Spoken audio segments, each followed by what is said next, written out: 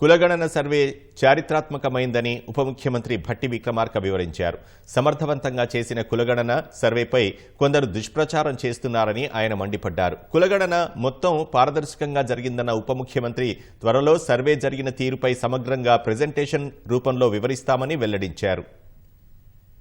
రాష్ట్రంలో అనేక మంది ఇది జరగకూడదని కొద్దిమంది కుట్రదారులుగా ఉన్నటువంటి వాళ్ళు అనేక రకాల ప్రయత్నాలు చేసి వీటిపైన తప్పుడు ప్రచారం చేసి ప్రజల్ని పాల్గొనొద్దని పిలిపిస్తే కూడా పెద్ద ఎత్తున ప్రజలందరూ ఒక మంచి సహృదయంతో రాష్ట్ర ప్రభుత్వం ఉన్నతమైనటువంటి ఆలోచన అర్థం చేసుకున్నటువంటి వాళ్ళందరూ కూడా ప్రతి కుటుంబానికి కూడా నేను ప్రత్యేకంగా ధన్యవాదాలు తెలియజేస్తా ఉన్నాను.